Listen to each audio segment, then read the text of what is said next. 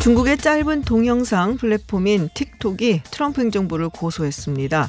지난 7월 6일 폼페이오 국무장관이 틱톡 등 중국 소셜미디어의 미국 내 사용을 금지하는 방안을 검토 중이다라고 밝혔고 7월 말에는 트럼프 대통령이 직접 틱톡을 정조준하면서 개인정보를 중국 정부에 넘기고 국가 안보를 해치고 있다라고 말했죠. 또 틱톡의 모기업인 바이트댄스의 미국 내 거래를 금지하는 행정명령에 서명을 했고 또 14일에는 90일 안에 틱톡을 매각하라는 그야말로 초강경 압박에 나섰습니다. 흥미로운 기사가 하나 났는데요. 틱톡에 대한 유례 없이 강한 압박이 페이스북의 저커버그 회장에 의한 것이라는 겁니다. 지난해부터 저커버그는 의회의 반중 인사들 그리고 트럼프의 사위인 쿠시너를 만나 중국 소셜미디어인 틱톡이 미국 사업이 허용되는 것은 불공평하다며 틱톡의 사업을 제한해달라는 부탁을 했다고 합니다. 아시다시피 중국에서는 소위 만리방화벽 때문에 구글, 페이스북을 사용하는 것이 불가능합니다. 저커버그는 테난멘 광장에서 조깅도 하고 이렇게 친중 행보를 통해서 이 벽을 뚫어보고자 심혈을 기울였지만 모두 실패했죠. 그런 마당에 틱톡이 미국 시장까지 잠식하는 것을 보고 있기란 쉽지 않았을 것 같습니다. 그런데 트럼프 정부가 저커버그의 뜻대로 틱톡을 제한해주면 저커버그는 무엇을 주어야 하지 않을까 궁금해집니다. 2016년 페이스북이 트럼프 캠프의 주된 SNS 전략 플랫폼이었다는 것을 생각하면 지금 트럼프 행정부의 틱톡에 대한 강경한 태도, 뭔가 서로의 이해관계가 맞아떨어지는 느낌, 물론 저만 드는 거겠죠. 민주당의 새로운 당대표를 뽑는 전당대회가 이번 주 토요일에 있습니다. 그런데 유력 주자인 이낙연 의원이 자가격리에 들어가면서 전당대회가 여러모로 주목을 받지 못하는 상황입니다. 부동산 정책 후폭풍에 코로나 재확산까지 좀 어려운 시기인데요. 앞서 김부겸 전 의원 그리고 박주민 의원은 인터뷰를 보내드린 바 있고요. 또 이번 시간에는 위기에는 위기의 리더십이 필요하다라고 강조를 하고 있는 이낙연 의원 만나보겠습니다. 안녕하세요, 의원님. 네, 안녕하세요. 네, 오늘로 자가격리 며칠째인가요? 8일째입니다. 8일째시군요. 네, 건강은 어떠세요? 좋아요. 아, 다행입니다. 평소보다 더 좋습니다. 네. 마음은 편치 않고요. 아, 마음은 좀 편치 않으시겠죠? 지금 한창 뛰셔야 되는 때고 또 여러 가지 국민들도 힘든 상황이고요. 네네. 자가격리 중에 SNS 많이 하시는 것 같아요. 오늘 삼계탕 드셨더라고요? 예, 어제 저녁에 그렇게 먹었죠. 아, 네. 이제 저의 소소한 일상을 알리는 것도 있지만은, 네. 코로나에 대한 그 주의, 우리 국민들의 경계심 같은 것을 좀 더 불러일으키고 싶다 하는 그런 욕심도 있네요. 네, 그렇군요. 그런 일상을 알리시면서 자가격리 상황의 일상을 알리시면서 코로나에 대한 어떤 경계 또 좀 더 주의를 해주셔야 된다. 방역 수칙을 잘 지키자. 그런 메시지를 국민께 드리고 싶은 마음도 있습니다. 네. 자, 이제 토요일 전당대회를 앞두고 어제부터 온라인 투표 들어갔습니다. 좀 답답하실 것 같아요. 어떠세요? 네, 답답하지요. 이런 선거 처음입니다. 네. 사실은 제가 2014년에 전라남도 지사 선거 기간 중에 세월호 침몰 사고가 있었어요. 네. 그때보다는 지금이 더 심한데요. 그때도 비슷한 상황은 있었습니다. 사람들 만날 수도 없고, 네네. 네, 밖에 다니기도 어렵고 하는 그런 일은 있었습니다. 그렇군요. 자, 지금 근데 우리 의원님 자가격리 돼서 합동 연설회라든지 행사라든지 이런 건 다 할 수가 없는 상황이잖아요. 네. 그래서 김부겸 전 의원이나 박주민 의원들도 지금 같이 못하게 되는 그런 상황이 됐습니다. 네. 그래서 그런데 사실은 제가 자가격리 되기 전부터 수해 때문에 합동연설회가 취소됐고 또 코로나 확산 때문에 취소됐고 그런 일은 있었습니다. 그러다가 이제 제가 이렇게 되니까 방송 토론회마저도 제약을 받는 그런 일이 생겼죠. 조금 더 제약이 심해졌다. 이렇게 말씀드리는 것이 더 정확하겠습니다. 네, 그래서 선거운동을 나 때문에 못하겠다고 사과도 하셨다고. 네, 2번 공개적으로 사과 말씀을 드렸습니다. 미안하지요. 네. 전당대회 당일은 어떻게 되는 건가요, 그러면? 아직 어떻게 하라는 그 통보의 말씀은 제가 듣지를 못하고 있는데요. 네. 당의 전당대회 준비위원회에서 뭔가 준비를 하겠지요. 예를 들면 영상으로 보내라든가, 네. 또는 어떻게 하라든가가 있겠죠. 그저께 수도권 합동연설에는 영상으로 보내드린 바가 있고요. 네네. 제가 영상으로 하다 보니까 다른 2분 후보님도 영상으로 보내드린 적이 있어요. 그렇군요. 지금 뭐 확실하게 뭐 정해진 바는 없지만 아마도 뭐 영상으로 할 가능성이 좀 높아 보이네요. 네, 그렇게 되지 않을까 싶습니다. 그렇군요. 자, 이제 뭐 며칠 남지 않았는데요. 당대표가 되신다고 하더라도 지금 해결하셔야 되는 현안 문제가 굉장히 많습니다. 아무래도 부동산 문제, 당청 지지율이 좀 많이 빠졌었고요. 그리고 코로나 문제가 가장 또 큰 이슈가 되지 않겠습니까? 네. 당대표가 되신다면은 이제 어떤 보관이나 해결책을 갖고 계신지 좀 듣고 싶은데요. 우선 부동산 문제는 그 쟁점이 됐던 법안들이 어찌됐건 국회에서 통과가 됐으니까요. 네네. 그 법의 그 시행 효과가 조금씩 나타나고 있지요. 예를 들면 과세 강화, 종부세 강화나 또는 취득세, 양도소득세 강화. 양도소득세는 1년 유예 기간이 있습니다만은 그것이 주는 심리적인 효과가 있어서 부동산 시장에 상당한 정도 안정화의 효과를 가져오는 것으로 이렇게 파악이 되고 있고요. 그다음에 이제 임대차 보호법은 제도의 큰 변화이기 때문에 그 변화에서 오는 일시적인 혼란 같은 것은 있는 것 같습니다만은 그러나 그것도 진정될 것으로 이렇게 예상을 하고 있습니다. 그러시군요. 근데 지금 효과가 나타나고 있다라고 말씀을 하셨는데요. 지금 물론 지난달에 비해서 상승폭은 줄었습니다만은 여전히 상승 중이고요. 서울 지역의 이제 집값은 그리고 세종시는 뭐 굉장히 많이 올랐다라고 얘기가 나오고 있습니다. 한 달 새 6% 포인트가 올랐다고 하고요. 네, 그 일시적인 이제 그 아마도 행정수도 이전에 대한 기대 같은 게 있는 모양인데요. 그것도 곧 잡힐 것으로 보고요. 서울의 경우는 확연하게 잡힐 겁니다. 매물들이 많이 나오고 있고요. 네네. 그렇게 봅니다. 네. 그렇군요. 임대차 3법 관련돼서는 또 이 전세가 이제 없어질 것이다라는 이야기 많았었잖아요.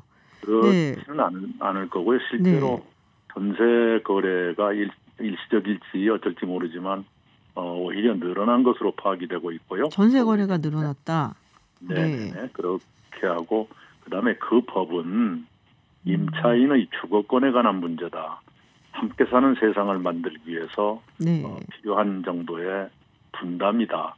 이렇게 생각하는 것이 옳을 겁니다. 누구의 권리다 이렇게만 보기보단 자산이다. 이런 개념으로 보기보다는 임차인에게도 일정 기간 안정적 주거를 할 수 있는 그런 권리가 있어야 되고 그걸 좀 더 탄탄하게 보장해 드리는 법이다. 이렇게 받아들여 주시면 어떨까 싶습니다. 네, 그러니까 4년 동안은 어떻든 뭐 국어 안정을 이룰 수 있게끔 그렇게 임차인에게 하는 것이다. 네, 그렇게 돼 있지요. 좀 늦은 편입니다. 그렇군요. 근데 이 4년 동안 주거 안정을 해야 되니까 또 임대인은 전세가를 더 올린다. 처음에 계획을 할 때. 그런데 그것도 임차인의 동의가 없이는 불가능하게 돼 있으니까요. 네네. 지금 전세가가 되게 급등했다고 얘기 나오던데요. 그렇게까지는 안 될 겁니다. 일시적으로 이제 일시적이다. 혼란이 있을 수 있겠는데요. 네네. 이제 보시면 알겠지만 중장기적으로 보면 안정화로 갈 것으로 생각합니다. 네. 자, 코로나 이야기를 좀 해보겠습니다. 지금 광복절 집회 이후에 이제 또 코로나 확산세가 많은데요. 주호영 원내대표가 오늘 아침 라디오 인터뷰에서 이제 얘기를 하기를 여당이 방역에 실패를 하니까 통합당과 억지로 엮으려고 한다라고 비판을 했습니다. 이 이야기에 대해서는 어떻게 생각하시나요? 그게 어떻게 억지일까요? 그쪽하고 선을 긋는다, 관계 없다고 말하는 왜 그렇게 비호를 하는지 모르겠어요. 그러지 말고요. 통합당의 전현직 의원들이 그 자리에 가셨고 그 집회를 주도하신 분이 과거에 이 직전 대표님하고 여러 번 집회를 하셨고 지금 통합당의 지도부에 계시는 분도 손 같이 잡고 이렇게 만세도 하고 하는 그런 사진이 많이 보도가 된 적이 있지 않습니까? 네. 그러면 방역에 협조해달라고 요청을 하고 또 집회 이후에도 검사에 협조해달라, 자진 신고를 해달라 이렇게 하는 것이 더 도리에 맞지 않는가 싶어요. 그렇군요. 그러면 방역에 협조를 해달라 또 뭐 검사를 해달라 이런 협조를 요청을 해야 되는 것이 맞다. 네. 그럼요. 네, 그럼요. 당 차원에서 실제로 네. 그럴 수 있죠. 왜냐하면 또 당에 왜 그랬지 않았습니까? 거기 참석 여부를 또 개개인의 자유에 맡겼지 않습니까? 네네. 실제로 참가를 했고요. 참가하신 전직 의원 중에 한 분은 당신이 주최했다고 얘기할 정도였으니까요. 그러면 그것에 대해서 협조해야 한다. 이런 얘기를 하는 것이 더 맞지 않겠습니까? 네.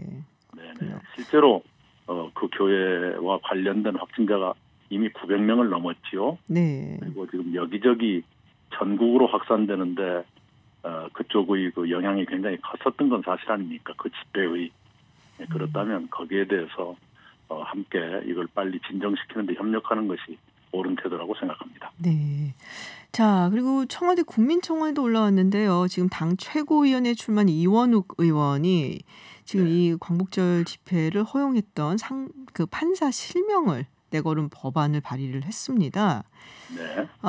글쎄요, 뭐 법률적인 판단인데 어찌됐든 이걸 정치적인 잣대로 비판하려고 한다, 혹은 상권 분립의 원칙을 거스르는 것이다라는 비판도 있는데요. 이거에 대해서는 어떻게 생각하세요? 그것은 국회에서요, 그 과정에서 충분히 논의되고 걸러질 수 있는 문제라고 생각합니다. 우리가 흔히 김영란 법이라고 부르는 법도 법명에는 그렇게 안 돼 있거든요. 네네. 부정청탁금지법인가 이렇게 되어 있지 않습니까? 네. 그런 것처럼 그것은 해당 상임위의 심의 과정에서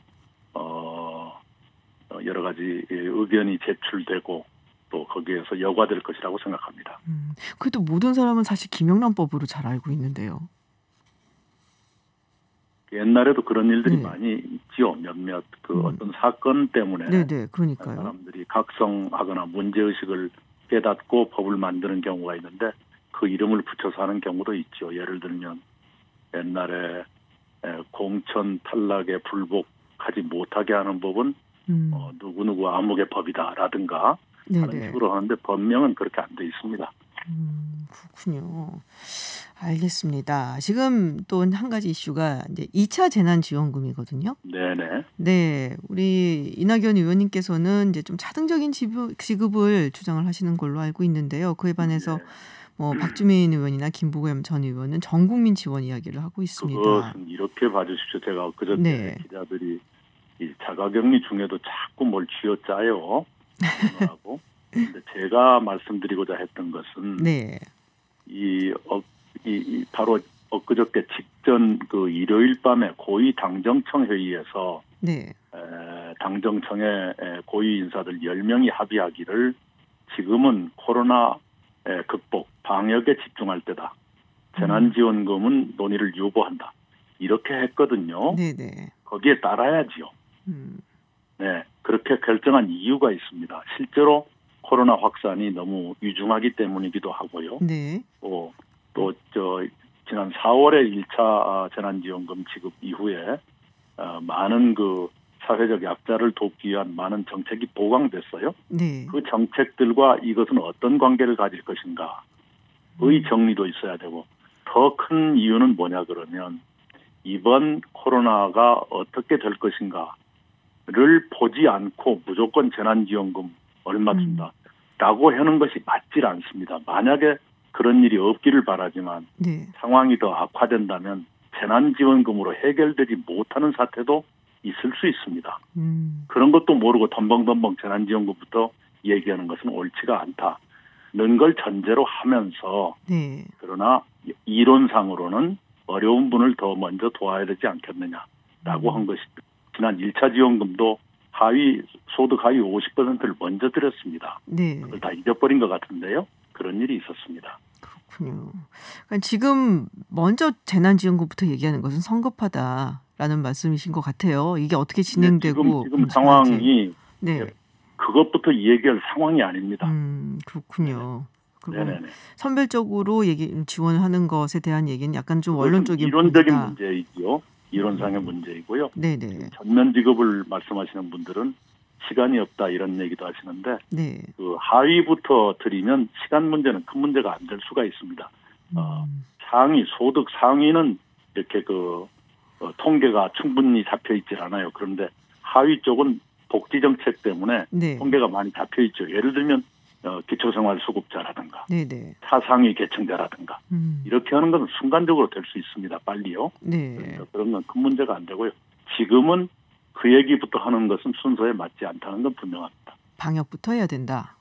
방역부터 해야 되고 네. 이 사태가 어떤 식으로든 매듭이 지어져야 피해가 어떻게 되고 이렇게 되는 그런 것이 또 계산이 나오죠. 네. 또 만약에 여기서 소비 진작용으로 돈을 푼다고 했을 때 정말로 소비가 활발화되면 방역이 무너지는 수도 있지 않습니까? 네.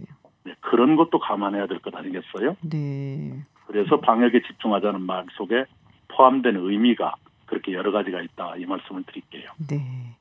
자, 당대표가 되시면요. 이제 통합당 김종인 비대위원장하고 이렇게 리더십의 경쟁이라고 할까요? 이런 걸 좀 하셔야 되는데 최근에 예, 김종인 위원장이 5.18 밀주묘지를 찾아서 무릎을 꿇지 않았습니까? 네. 자, 그리고 사죄도 했는데요. 우리 또 이낙연 의원 같으시면은 호남의 민심을 그 누구보다도 잘 알고 있다라고 볼 수가 있는데요. 어떠셨습니까? 진정성이 있다고 보셨는지 아니면은 또 일부도 네, 뭐 쇼다 뭐 이런 얘기도 나오고 있어요. 민주당 측에서는 어떻게 보셨어요? 무릎을 꿇는다는 게 쉬운 일이 아니지요. 네. 진정성을 갖고 계신다고 보고요. 또 그렇게 믿고 싶습니다. 그리고 진정으로 그렇게 해주셔야죠. 네, 진정성이 있다고 믿고 싶다. 아마 그쪽 당의 그 과거와의 절연. 이 쉽지만은 않을 거예요. 그러나 진정으로 그렇게 해주시길 바라고요. 그렇게 해서 두 당이 거대 정당 두 당이 정책의 거리를 좁혀가는 것은 정치 발전을 위해서나 국민을 위해서나 좋은 일이라고 생각합니다. 네.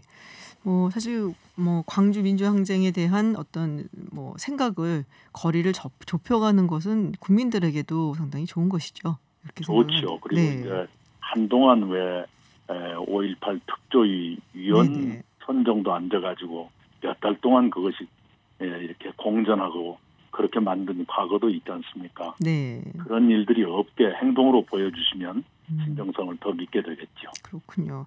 말이 나온 김에 김종인 위원장하고 비교를 했을 때 내가 이건 좀 더 한 수 위다. 뭐 이런 거 없으세요 혹시? 아이고 제가 어떻게 그런 게 있겠습니까? 그런 게 있으면 좋겠지만요. 그저 국민께 더 가까이 있는 그런 대표가 되고 싶다 하는 생각은 있습니다. 그건 제가 조금 더 잘할 것도 같아요. 아, 국민과 좀 더 소통하는. 네, 왜냐하면 그거는 비례대표만 5선을 놨는데 저는 지역구만 5선이거든요. 아하. 지역구가 더 주민하고 더 가까울 겁니다, 아마도. 아, 그러시군요. 네네네. 네, 그런 부분에서 스킨십은 내가 더 뛰어날 것이다라는 말씀이시고요. 아마도 그럴 겁니다. 네. 자, 근데 이제 많은 분들이 또 관심을 갖고 있는 거는 아무래도 대선 아니겠습니까?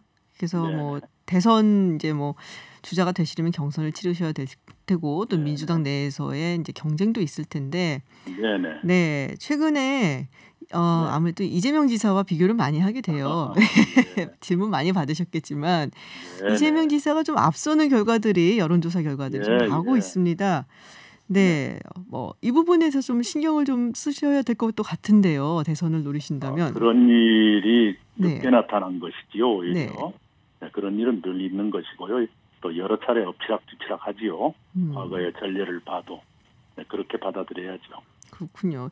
이재명 지사가 굉장히 견고한 지지층이 있는데 반해서 조금 그 부분이 취약하다라고 평하는 사람들도 있어요. 이 부분에 대해서는 여러 어떻게 가지 생각하세요? 평론가들이 여러 가지로 보겠죠. 그까지 당사자가 말하는 것은 정확하지 않을 수도 있고요. 네, 자신 있다 이런 말씀이신가요?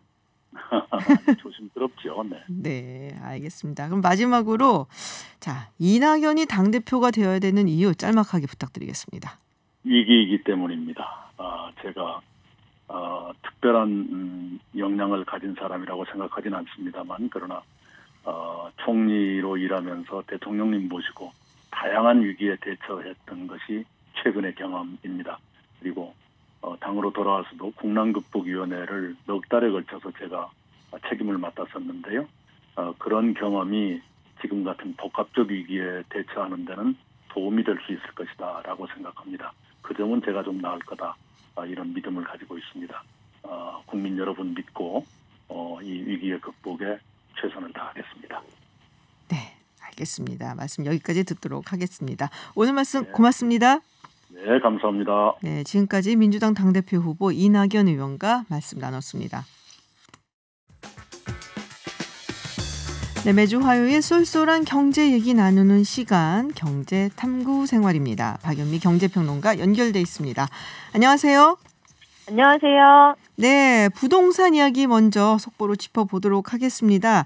우리가 이 전세를 끼고 집을 사는 이른바 갭투자라고 하죠. 이 갭투자 거래가 한 달 새 그것도 강남 4구에서 반토막이 났다라는 얘기가 있어요. 그러니까 안 한다는 거죠, 한마디로. 네, 덜 한다는 얘기인데요. 통계부터 말씀을 드리면 그 6월에 이루어진 강남 서초 송파 강동구의 갭투자가 1,900여 건이었는데요. 7월 들어서는 통계를 보니까 860건으로 50% 이상 줄었습니다. 갭투자의 방식으로 강남에서 집 사기가 실질적으로 어려워졌고 3억 원 초과 아파트를 구입했을 때 서울에서는 전세자금 대출도 회수하게 되잖아요. 그렇죠. 여러 가지 규제가 강화되면서 갭투자가 실질적으로 어려워졌다. 수요가 그래서 줄었다. 이렇게 이해할 수 있습니다. 아, 그렇군요. 그러면은 뭐 6.17 부동산 대책이 일단은 조금 효력을 발휘하고 있다라고 봐야 되는 건가요?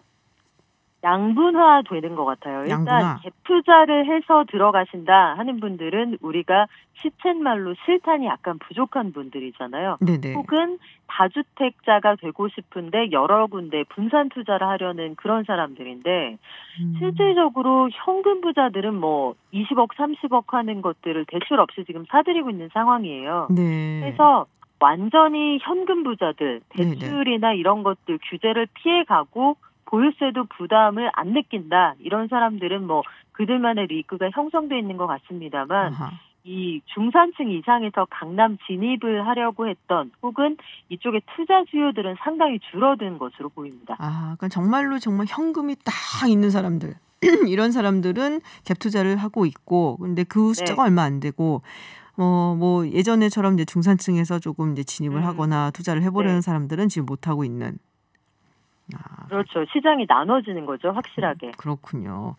자, 근데 오늘 통합당에서 임대차 3법이 집주인과 또 세입자 형평성을 상실했다라면서 사과를 요구를 했는데요. 그러니까 2년 뒤에 5% 이내 임대료 인상이 가능한 거잖아요. 집주인이 얘기를 하면.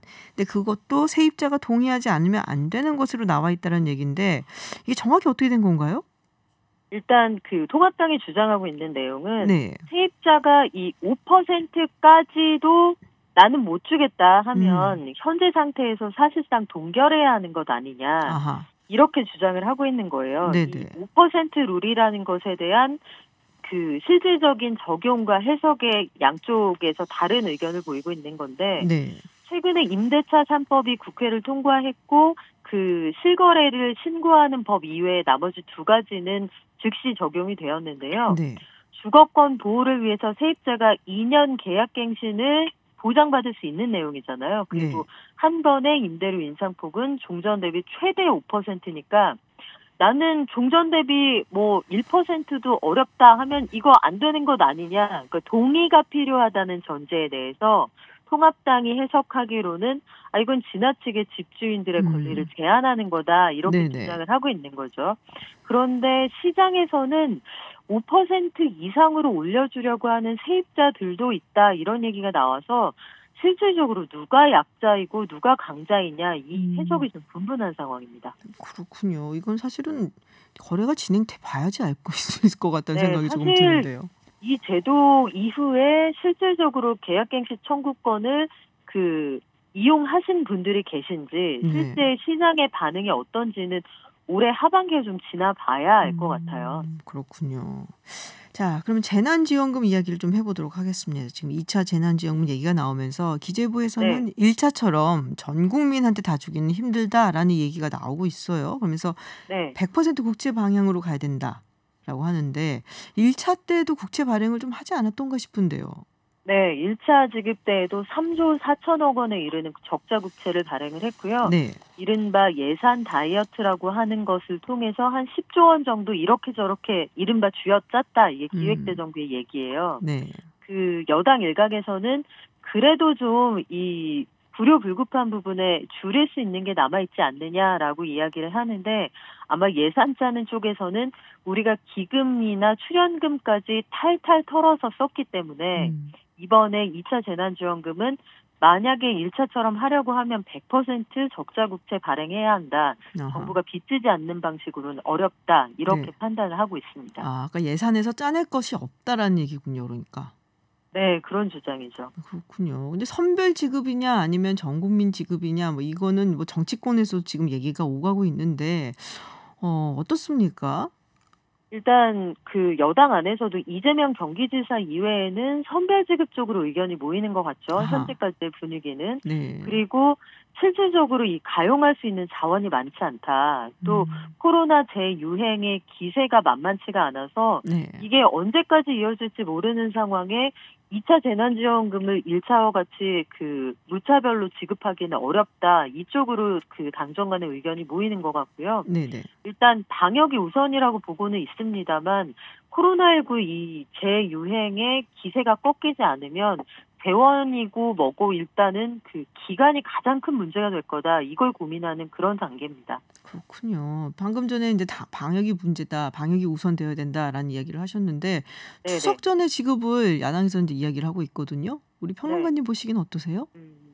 주려면은 추석 전에 주는 게 맞죠. 이게 선별이든 보편이든 추석 전에 지급을 한다는 건 두 가지 의미가 있는데요. 네. 한 가지는 이 명절 세기 전에 우리가 월급이나 보너스를 줘야 하는 시기가 네. 명절 이후라도 당겨서 지급을 하잖아요, 보통. 그렇죠. 왜냐하면 명절 셀 그 돈이 필요하기 때문에 이게 사회적인 관용으로 그렇게 우리가 지급을 해왔는데 네. 만약에 재난지원금을 주기로 했다라면 추석 전에 지급을 해서 어려운 분들이 명절 세면서 조금이라도 소비를 좀 할 수 있게 여력을 만들어드리는 게 좋다고 보고요. 네네. 글쎄요. 지금은 전 국민에게 1차와 같이 드리기는 아마 쉽지가 않을 것 같아요. 다만 추석이 지금 다음 달 1일이니까 네.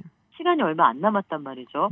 여기에서 여당 내 의견을 일단 빠르게 정리를 하고 야당도 일단은 주자는 입장이니까 네. 시일을 가능하면 당겨서 조기 지급하는 게 효과 면에서는 더 바람직할 것 같습니다. 그렇군요. 자, 서울시가 지하철하고 버스 요금을 올린다는 보도가 있었습니다. 진짠가요? 네. 이게 그 서울시에서 뭐 공식적으로 거의 인정을 하는 분위기인데 지하철 요금, 버스 요금을 5년 동안 동결을 해왔거든요. 5년 동안. 네, 그래서 그 서울시에 따르면 올해 지하철은 현재까지 한 1조 원 정도, 버스는 5,300억 원 정도 적자가 예상된다고 합니다. 왜요? 일단 사회적 거리 두기 때문에 대중교통 이용하시는 분들이 좀 줄어들었어요. 그러니까 전체적으로 사람 많은데 가는 걸 좀 꺼려하는 분위기가 있는데 그렇다고 해서 이용객이 줄었다고 배차 시간이나 기사님들을 막 줄여버릴 수는 없거든요. 그렇죠. 이거는 일종의 공공재로서의 서비스이기 때문에 사람은 줄어도 서비스는 계속 제공한다고 하면 기존에 이걸 이용하시는 분들의 이용요금을 올리든지 아니면 서비스의 제공 빈도 혹은 품질이 떨어지든지 이게 시장의 논리잖아요. 네. 그런데 서비스를 줄일 수는 없으니까 요금을 좀 올려받을 수밖에 없다. 이게 서울시 입장입니다. 그렇군요. 근데 지금 코로나 때문에 다들 좀 팍팍하잖아요. 그리고 힘들고 그러니까요. 여러 가지로 또 서민들 생활은 더 힘들어질 테고 그래서 이게 대중교통비가 인상이 된다 그러면은 글쎄 뭐 좋아하시는 분들은 없지 않을까라는 생각이 드는데 어떻습니까? 그러니까요. 지금 가뜩이나 수입이 전체적으로 줄어들었고 이제 재택근무나 어떤 대체할 수 있는 그런 일자리가 아니라는 경우에는 그런 경우를 빼고 나면은 서비스업 이런 것도 굉장히 어렵거든요. 일자리도 줄어들었고 또한 역사적으로 대중교통을 많이 이용하시는 분들은 자차를 이용하시는 분들에 비해 사회적인 약자의 가능성이 더 높습니다. 네. 그러다 보니 사회적 약자들에게 보다 부담을 크게 지우는 게 맞느냐 이에 대한 공론이 좀 있을 것으로 보이고요. 일단은 공청회도 해야 하고 외부 심의도 거쳐야 합니다. 그렇군요. 좀 더 지켜봐야 될 것 같고요. 네. 네, 마지막으로 애플 이야기를 좀 해보겠습니다. 사실 이 애플이 이 아이폰 수리비나 광고비 같은 걸 통신사에다 넘겼었거든요. 그래서 좀 갑질이다라는 얘기를 들어왔는데 1,000억 원을 내놓겠다라는 얘기, 이게 무슨 얘기인가요? 그동안 본인들이 잘못했다. 미안하다는 거예요? 전화기 만드는 회사잖아요. 네. 애플. 그런데 이상하게 통신사 광고를 잘 보시면 이 통신사가 광고비를 대는 것 같은데 사과 마크가 있는 광고가 많았단 말이죠. 맞아요. 알고 봤더니 애플 전화기 광고인데 광고비는 우리나라 통신사들이 내왔더라 이런 내용이었어요. 뿐만 아니라 그동안 수리비 갑질한다. 그리고 통신사들에 판매할 때 최소한 아이폰 사는 사람들에게는 이 정도는 통신사가 보상을 해주면서 최소 보상비라는 개념을 도입한 채로 팔아라 이렇게 얘기를 했었거든요. 그런데 이 모든 불공정이 가능했던 이유는 소비자들이 이 사과 전화기를 좋아하셨기 때문입니다. 네. 불공정하게 이걸 판매해도 제발 우리에게 전화기를 주세요 할 만큼 팬들이 많았기 때문인데요. 네. 공정거래위원회가 지난해부터 조사를 해왔고 해서 여러 가지 이 불공정한 부분이 있었다 해서 이 방망이를 두드리려는 순간 애플이 잦은 납세를 한 거죠. 네, 두 가지 의미가 있습니다. 하나는 1,000억 원이라는 돈이 2009년 즈음부터 한국 시장에서 애플이 해온 갑질에 비해서 지나치게 저렴한 그 협의안이다. 이런 주장이 하나 있고요. 또 한 가지는 그래도 이제라도 갑질을 좀 덜 한다고 하니 낫다. 이런 입장이 있는데 애플이 그 한국의 전화기 제조업체들과는 완전히 반대 입장이 있는 거예요. 삼성이나 LG 같은 경우에는 통신사들이 돈을 받고 팔아주는 그런 형태거든요. 그러니까 더 많이 사랑하는 쪽이 약자구나. 다시 한번 시장 논리를 더 많이 사랑하는 쪽이 약자다. 이건 정말 뭐 망고 진리 같은데요. 그러면은 많이 사랑하는 소비자들은 조금 값이 떨어지는 건가요? 아니, 가격이 소비자 가격에는 큰 영향이 없을 것 같아요. 왜냐하면 이게 최소 보상 비용 제도 같은 것들이 불공정하니까 없애라는 것도 아니고요. 일방적으로 애플 마음대로 하지 못하게 협의 단계를 거쳐라. 뭐 이 정도의 자진 수정 아니거든요. 이렇게 되면 통신사들이 갑질을 좀 덜 당할지도 모르겠다라는 거지. 최종적으로 통신사들이 보태주는 돈이 줄어들면 소비자 입장에서는 같거나 오히려 가격이 더 오를 수도 있습니다. 그렇군요. 근데 지금 상황에서 가격을 더 올릴 것 같지는 않고요. 아마 전과 가격 차이가 크게 난다. 뭐 이렇게 느끼지는 않으실 것 같습니다. 네, 알겠습니다. 네, 경제탐구 생활 박연미 경제평론가와 알아봤습니다. 오늘 말씀 고맙습니다. 고맙습니다. 네, 해외 뉴스 알아보는 서울타임즈 시간입니다. 전주현 캐스터와 함께합니다. 어서 오세요. 네, 안녕하세요. 유튜브 TBS FM 들어오시면 보이는 라디오로도 함께하실 수 있습니다. 자, 저도 이 소식 듣고 깜짝 놀랐는데 이 홍콩에서 코로나19 완치자가 다시 감염된 사례가 지금 보도가 됐어요. 그렇습니다. 3월에 확진 판정을 받았던 33세 남성인데요. 15일에 다시 한번 확진 판정을 지금 받았다. 이런 연구 결과가 나왔습니다. 이 환자가 15일에 유럽에서 홍콩에 들어왔던 그런 경우였어요. 근데 코로나19 검사를 받고 확진이 됐는데 3월에는 증상을 좀 약한 증상을 나타냈었다고 합니다. 그래서 이제 병원에서 치료를 받았고 퇴원을 했는데 이번에는 무증상 상태에서 감염이 된 걸로 확인이 됐다고 합니다.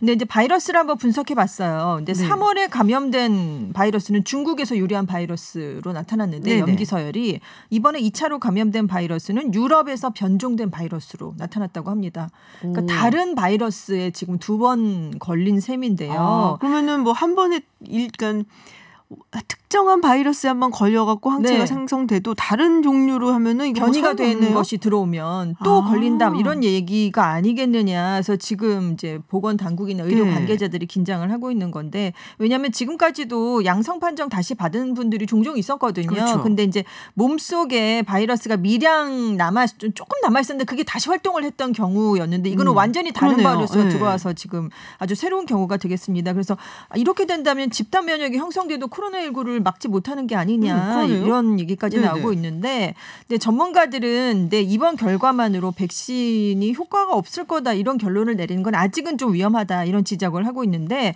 왜냐하면 첫 번째 감염에서 면역 반응을 제대로 일으키지 않았던 드문 예일 수도 있다라는 거죠. 그러니까 중화항체라는 게 형성이 돼야 이제 이분이 코로나19에 완전한 면역을 갖고 있다라고 우리가 이제 얘기를 네. 하는데 그분이 그 정도로는 형성하지 못할 정도로 그냥 완치가 됐던 경우였다는 거죠. 그래서 지금 이번 환자도 그 중화항체를 형성하지 못한 채 나왔다가 또 감염이 된 사례일 수도 있기 때문에 지금 처음 발견이 된 거거든요. 그러니까 네. 좀 이런 사례들이 있으면 더 연구가 필요할 것 같고요. 조금 더 지켜보고 결과가 나올 것 같습니다. 네, 그렇군요. 자, 공화당이 전당대회를 시작을 했습니다. 그리고 네. 이게 사실은 이제 주인공은 마지막에 나온다고. 그렇죠. 보통은 이제 후보는 네. 마지막 지명받은 후보는 마지막 날 나와서 그렇습니다. 수락 연설을 하는데 트럼프 대통령은 역시 이거는 나의 쇼다. 그렇죠. 외신 보니까 트럼프를 위한 쇼였다. 뭐 이렇게 이야기 나오더라고요. 네, 원맨 쇼 나오고 있죠. 사실 이제 노스캐롤라이나 샬럿에서 이제 전당대회가 열리는데 노스캐롤라이나 주를 첫날 방문하는 일정이 있었습니다. 네. 근데 이제 이 샬럿에는 공항에만 들렀다가 딴 데를 가려고 했거든요. 근데 공항에 내리자마자 전당대회장 가자 그래가지고 갑자기 거기서 이제 행사가 진행되고 있었는데 깜짝 등장을 하게 된 거예요. 그래서 매일 밤 뭐 일종의 형태로 모습을 보인다고 합니다. 네. 근데 매일 밤 연설하지는 않을 것이다 이렇게 워싱턴 포스트가 보도를 하긴 했어요. 근데 지난주에 민주당이 전당대회를 했는데 온라인으로만 했잖아요. 그쵸. 그래서 뭐 연설도 미리 사전에 녹화된 것들도 있고 그래서 사람들이 좀 지루했다 약간 이런 평가가 맞아요. 좀 나오긴 네. 했어요. 그래서 전당대회 효과도 그렇게 크게 나타나진 않았었고요. 그래서 이제 리얼리티 TV 스타였기 때문에 트럼프 대통령은 이제 하여튼 모든 관심을 자기가 가져오기 위해서. 근데 저라도 네. 매일 나오면 트럼프 대통령 지지하면은 좋을 네, 것 같아요. 네, 그러니까요. 네. 그래서 여러 차례 라이브 이벤트를 연다고 합니다. 또 이제 공화당은 민주당하고 다르게 소규모긴 하지만 코로나19 때문에 네. 사람들이 직접 참여하는 전당대회거든요. 네. 대면 전당대회를 하고 있으니까 이제 환호성도 이제 나올 수가 있고 뭐 그래서 아무튼 그런 효과를 노리는 것 같습니다. 그래서 모든 쇼맨 본능을 발휘해서 현재 상태로는 좀 불리한 그렇게 예상되는 대선 흐름을 바꾸려고 모든 시도를 할 것이다라고 AFP 통신이 전망을 내놨습니다. 그렇군요. 이 노스캐롤라이나는 사실은 이제 공화당이 지난번에 가져갔었고 네네. 공화당세가 조금 더 있는 곳이기는 한데 네. 예전에 2008년도에는 아마 오바마 대통령을 지지를 했던 걸로 기억을 네. 합니다. 지금 여기서도 사실은 조금 뒤진다라는 얘기가 나오고 있어서 그러니까요. 위태위태한 네. 꼭 가져가야 되거든요. 중요하죠. 네. 네. 자, 근데 지금 마이크 폼페오 국무장관이 찬조 연설을 한다고 해서 굉장히 네. 논란이 되고 있어요. 그러니까 두 번째 날, 그러니까 현지 시각으로 25일에 찬조 네. 연설을 할 예정입니다. 근데 지금 어디에 가 있냐면 이스라엘에 가 있어요. 예루살렘에 가 있는데. 날라와서 하는 거예요? 아니요. 저는 그 화상으로. 네, 지지 연설을 보낸다고 합니다. 사전 녹화를 해서 그 영상을 띄우겠다는 건데요. 근데 기본적으로 공무원의 중립 의무를 위반하는 것이다. 이런 논란이 일고 있어요. 근데 물론 벤 카슨 주택도시개발 장관도 찬조 연설을 합니다. 네. 근데 이제 거기는 주택도시개발 장관이고 폼페이오 장관은 외교를 관장하는 그 사람이잖아요. 그래서 사실 외교만큼은 국내 정치에 개입시키지 않는다라는 미국의 오랜 전통마저 훼손했다는 점에서 비판이 커지고 있다라고 뉴욕타임스가 지적을 내놓기도 했습니다. 근데 사실 또 예루살렘이란 장소가 또 상징성이 있잖아요. 그러니까 트럼프 대통령이 주요 외교 성과로 꼽는 게 이제 뭐 이스라엘 미국 대사관의 예루살렘 이전이라든가 이번에도 이제 평화 합의를 아랍에미리트 네. 연합하고 이끌어내기도 했고요. 그래서 공화당의 지지 기반인 기독교 복음주의자의 표밭을 다지려는 행보로 해석이 되면서 예루살렘 뒤에 시가지를 이제 정경으로 네. 이제 쭉 해서 사전 녹화를 할 예정이라고 하니까요. 그래서 이게 지금 문제가 되는 게 아니냐라고 비판이 나오니까 국무부는 개인 자격으로 연설하는 거다. 장관인데 무슨 네, 개인 자격으로. 일단 문제가 되지 않는다. 그리고 사전 녹화를 할 때 국무부의 인력이나 예산이 동원되지 않는다. 그래서 공직자의 정치 활동에 연방 예산을 사용하지 못하게 제한하는 해치법에도 어긋나지 않는다. 이렇게 얘기를 했지만 아무튼 논란은 될 수밖에 없고요. 예. 네. 사실 선출직은 상관이 없어요. 그러니까 대통령이나 부통령이나 이런 선출된 사람들은 뭐 누구 뭐 선거할 때 도와서 얘기를 하고 찬조로 이제 연설을 해주기도 하고 연설까지는 안 하더라도 도와주는데 이 경우는 폼페이오 국무장관은 임명직이잖아요. 그렇습니다. 그러니까 사실은 문제가 되기는 해요. 그런데 뭐 그렇게 따지자면 뭐 백악관에서 어디 가는 그렇죠. 것도 여러 가지가 걸리죠. 뭐 많아서 뭐. 네, 알겠습니다. 자, 지금 러시아 얘기를 조금 해볼게요. 지금 저희가 지난주에 말씀드렸는데 그 알렉세이 니발리, 전 러시아 진보당 대표죠. 이게 독극물에 중독이 된 게 아니냐. 그 뒤에는 누군가가 있는 것이 아니냐 했는데 독일로 이송이 됐어요. 그렇습니다. 독일에서 이 경과에 대해서 얘기가 나온 것 같은데요. 그러니까 베를린에 있는 샤리테 병원으로 이송이 된 거거든요. 근데 24일에 이 병원 측이 발표를 했는데 검진 결과 체내에서 폴린 에스테라제 억제제라는 게 발견됐다. 이렇게 얘기를 했습니다. 이게 뭐냐면 신경 전달 물질인 아세틸콜린의 분해를 막는 약물이래요. 그러니까 치매 같은 뇌질환 치료, 살충제에 사용되는 그런 성분이라고 합니다. 근데 이게 몸에서 활성화가 되면 이제 아세틸콜린이 이 물질 때문에 활성화가 되면 호흡 근육의 수축 이완이 억제된대요. 그래서 결국 전신 경련과 심장 박동 마비가 일어나게 된다고 합니다. 그래서 가디언지는 이 물질이 나왔다는 것 자체가 이 나발리에 대한 독살 시도가 의학적으로 확진된 것이다. 이런 보도를 내놓기도 했어요. 근데 처음 입원했던 건 러시아의 옴스크 병원이거든요. 근데 이 옴스크 병원은 우리가 검사했을 때는 콜린 에스테라제 억제제에 대해서 음성 반응이 나왔었다. 그리고 독일이 임상 징후만 발표했을 뿐이지 증상을 초래한 물질이 발견되진 않았다. 그래서 나발리가 다른 약을 복용했거나 병으로 쓰러졌을 수도 있다. 뭐 이렇게 반박을 이 러시아 병원 측은 내놓기도 니네가 잘못한 했습니다. 거군요. 그러니까. 그렇습니다. 그리고 워낙 뭐 딴 데 중독돼 있을 수도 있지 않겠느냐 뭐 이런 얘기로 해서 우리가 아니다. 우리가 한 거 아니다. 뭐 이렇게 얘기를 했는데 아무튼 대부분의 전문가들은 독살 시도가 명백한 것 같다라는 입장을 보이고 있습니다. 그래서 그 독일을 비롯해서 유럽연합이 지금 푸틴 대통령의 정적들을 지켜내야 된다라면서 러시아 측을 압박하고 있는데요. 메르켈 총리가 성명에서 러시아 정부는 사건의 배후 세력을 찾아내라라면서 푸틴 대통령을 압박하고 있습니다. 예전에도 이런 거 많았잖아요, 워낙. 많았죠. 뭐 스크리팔 분유라고요. 영국에서 전직 그 KGB 그 요원의 분녀가 있었는데 그때도 노비촉이라는 정말 러시아에서만 사용되던 굉장히 독성 물질이 사용됐었거든요. 그런데 그때는 영국이 미리 그것에 대한 해독제를 준비해놓고 있었답니다. 그래서 영국에서 쓰러졌을 때 바로 투여를 했기 때문에 이 분녀는 살았지만 그렇지만 여러 정적들은 굉장히 알 수 없는 이유로 많이 사망했던 적이 있죠. 근데 러시아에서 이런 독극물을 많이 사용을 한다라는 이유가 그러니까는 개발에 굉장히 힘을 많이 써왔었고 그동안. 그리고 그런 얘기가 있더라고요. 약간 옛날 이제 KGB 요원이 약간 익명으로 뭐 인터뷰를 한 내용을 보면은 굴라그라고 그러죠. 수용소에서 사실은 수감자들을 상대로 해갖고 좀 약간 실험을 많이 했었다. 뭐 이런 정말 끔찍한 이야기도 있긴 하더라고요. 네, 알겠습니다. 자, 우사인 볼트가 코로나 확진 판정을 받았어요? 네, 자메이카 매체가 보도를 한 거예요. 한 라디오 방송국이 지금 자가격리에 우사인 볼트가 들어갔다라고 했는데 이 보도에 따르면 우사인 볼트가 22일에 검사를 받았는데 23일에 양성 판정이 나왔답니다. 근데 이제 이 우사인 볼트가 21일에 아주 성대한 34살 생일 파티를 열었거든요. 파티 또 좋아해요, 사람이. 그럼요. 그래서 SNS에 이제 그 영상을 올렸는데 그걸 보면 굉장히 많은 참석자들이 야외에서 사회적 거리두기는 전혀 없고요. 마스크 도 전혀 착용하지 않은 채 춤을 추면서 노래하는 그런 장면, 또 춤도 굉장히 흥겹게 추는 그런 장면들이 담겼습니다. 그래서 이 생일 파티를 벌인 뒤 며칠 만에 이제 양성 판정을 받았다라고 보도를 했는데 워낙 축구를 좋아하잖아요. 그래서 이 생일 파티에 참석했던 사람 중에 잉글랜드 프로축구 맨체스터 시티의 라임 스털링, 또 크리켓의 유명한 선수 크리스 게일 같은 유명한 또 이제 스포츠 스타들이 많이 참석을 했던 걸로 알려져 있어요. 그래서 볼트가 방송이 나가니까 SNS에 소셜 미디어에서 내가 확진 판정을 받았다고 하는 걸 봤다라고 하면서 내가 진단검사를 받았는데 책임을 지고 싶으니까 친구들을 위해서 집에 머물겠습니다. 뭐 이런 얘기를 했는데 별다른 증상은 없다라고 하면서 제가 확진 판정을 받았습니다라고 자신의 입으로는 공개를 하지 않았는데요. 일단 자메이카 언론들은 이렇게 확진 판정 사실을 보도하고 있습니다. 알겠습니다. 자, 외신 여기까지 듣도록 하겠습니다. 지금까지 전준 외신캐스터였습니다. 고맙습니다. 네, 감사합니다. 네, 지금 이 시각 8호 태풍 바비가 한반도로 북상하고 있습니다. 바비의 경우 사람이 제대로 서 있기 힘들 정도로 강력한 바람을 동반한 것으로 알려지고 있는데요. 역대급 장마에 이어서 태풍까지 북상하면서 긴장하는 분들 많이 계실 것 같습니다. 기상청 연결해서 태풍 바비의 자세한 이동 경로 그리고 한반도에는 어떤 영향을 미칠지 알아보겠습니다. 안녕하세요. 네, 안녕하십니까. 기상청 통보관 윤기현입니다. 네, 통보관님. 지금 현재 태풍 바비가 어디까지 와 있나요? 지금 현재 바비는 서귀포 남남서쪽 약 한 340km 해상에서 북진을 하는 것으로 이렇게 판단을 하고 있습니다. 아, 그렇군요. 그럼 제주도는 영향권에 들겠네요, 직접적으로. 네, 제주도는 21시로 태풍 특보가 발효됐고요. 현재 산간 지역에서는 순간 최대 20m 내외, 그리고 이런 도심지에서는 한 10m 내외 정도로 순간 풍속 바람이 불고 있습니다.